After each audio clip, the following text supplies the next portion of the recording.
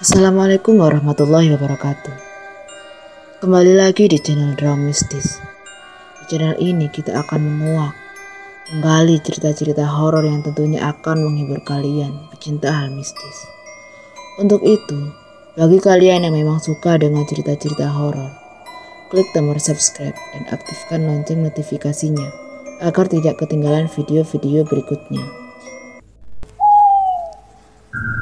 Setelah melewati sejam perjalanan mendaki, aku bersama Dio dan Zuli sudah sampai di pinggiran sungai, tempat yang berada di tengah-tengah pegunungan itu. Sengaja kami jadikan tujuan berlibur ke tempat itu. Terlihat sangat nyaman, aliran airnya jernih dan alami.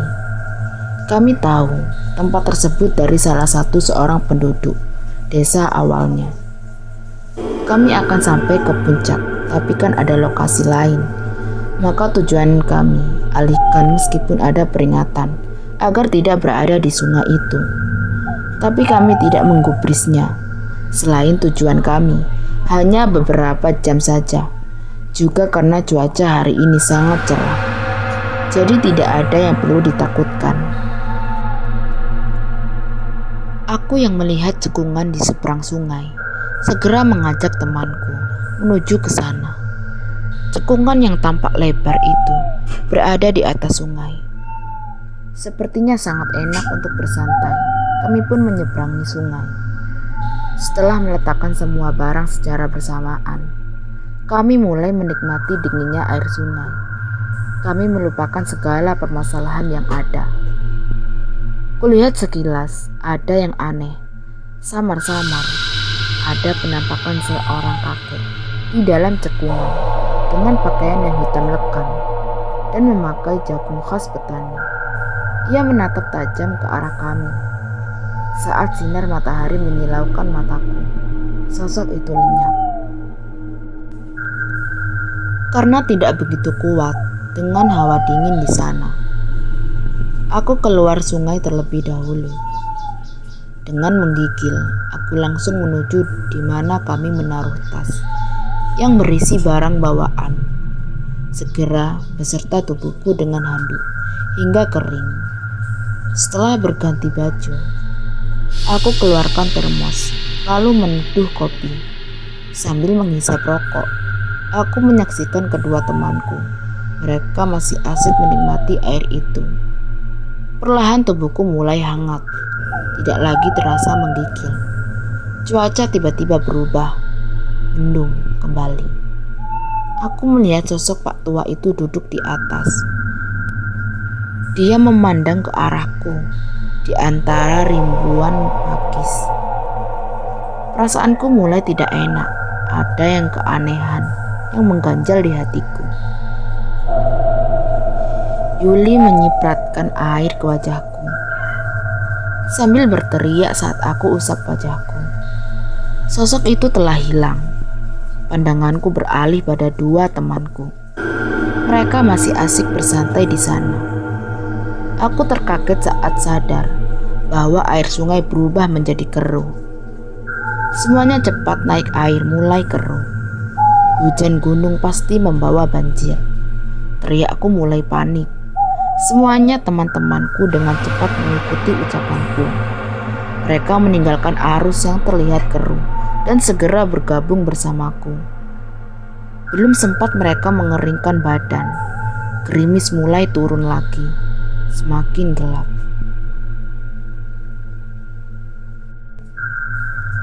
Apa yang harus kita lakukan?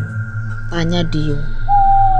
Akhirnya kami mengemasi barang dengan cepat, lalu hendak menyeberangi sungai. Tapi arus sungai dengan cepat meluap semakin deras dan semakin tinggi alirannya. Dengan panik, kami menuju ke tempat yang lebih tinggi. Kami berteduh di cekungan yang cukup lebar. Hujan disertai angin kencang membuat teman kedinginan.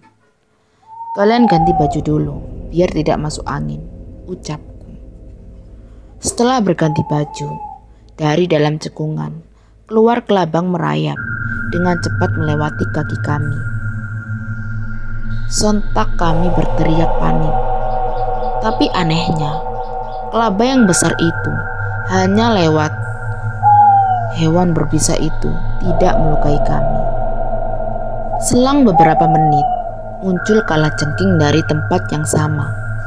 Sontak kami keluar menghindari dari serangan binatang tersebut. Tapi ternyata hewan itu juga hanya lewat, tidak memperdulikan keberadaan kami di sana. Kami kembali masuk ke dalam. Hujan semakin bertambah lebat sekali. Airnya menerpa kami. Kutengok jam tangan, sudah pukul 4 sore.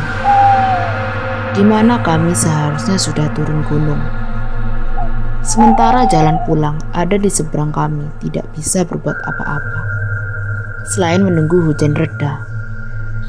Kita tidak punya persiapan jika harus menginap. Selain itu, tentu orang tua kita akan cemas, ucapku. Akhirnya kami bersepakat untuk mencoba mencari jalan menyeberang. Kami menyusuri pinggiran sungai. Barangkali ada tempat yang dangkal, apa jembatan menuju seberang.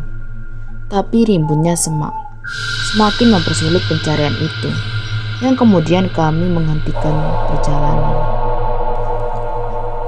Tiba-tiba dia membuat keputusan yang membahayakan. Dia akan menyeberangi sungai. Aku dan Julie melarangnya, menyuruhnya untuk bersabar menunggu hujan reda. Tapi entah apa yang ada di benaknya, dia tetap akan melakukan penyeberangan. Baru beberapa langkah saja, dia sudah terpleset. Arus dengan penuh kepanikan, lempar tasmu Dio, tapi dia tidak menghiraukan. Dia mendengar teriakan, dan beruntunglah ada batu besar yang menyelamatkan jiwanya. Dia tersangkut di sana. Aku kembali terkejut ketika melihat orang tua itu berada di belakang Dio. Sepertinya sosok itu datang untuk melindungi kami. Dalam kebingungan itu, aku dan Julie mencari kayu panjang untuk menyelamatkan diri. Yang akhirnya kami menemukan kayu tersebut, sebesar lengan dengan panjang sekitar 4 meter. Aku dan Julie dengan sekuat tenaga menarik di pinggiran sungai, dan akhirnya dia terselamatkan. Dia langsung merebahkan diri dengan nafas yang tidak beraturan. Dibiarkannya air hujan menyerap wajahnya. Aku seperti mendapatkan bisikan untuk segera pulang, dan bisikan itu seperti merasuki pikiranku, ucap Dio.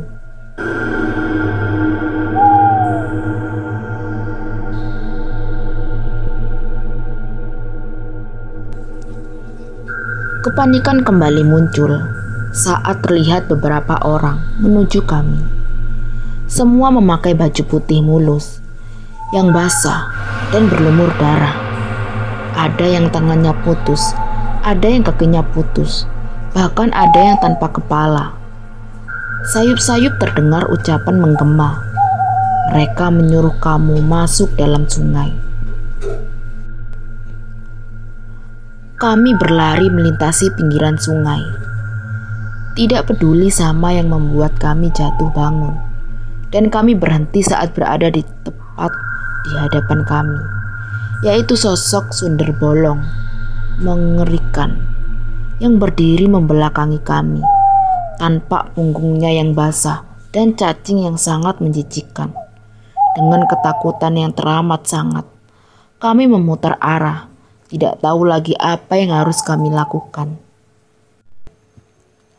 Hingga tidak berapa lama kemudian, terdengar teriakan bersautan dari seberang sungai. Kami yang merasa yakin bahwa itu adalah suara manusia, segera membalas teriakan itu.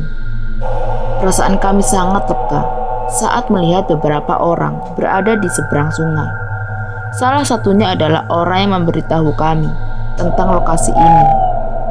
Senter mereka menyorot, menyebabkan mata, dan mereka bersedia membantu kami yang masih terjebak.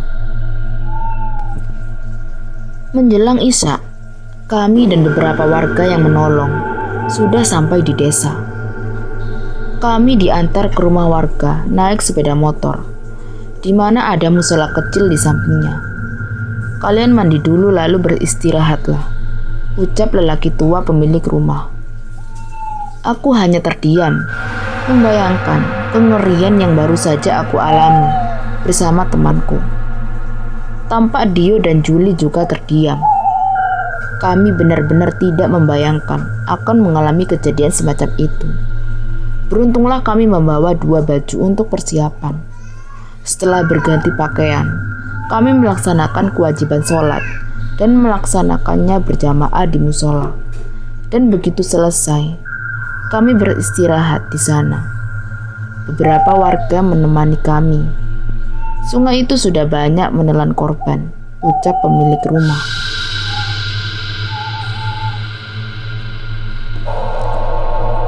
Lelaki tua itu yang menjadi imam saat sholat tadi menceritakan tentang keangkeran sungai tersebut.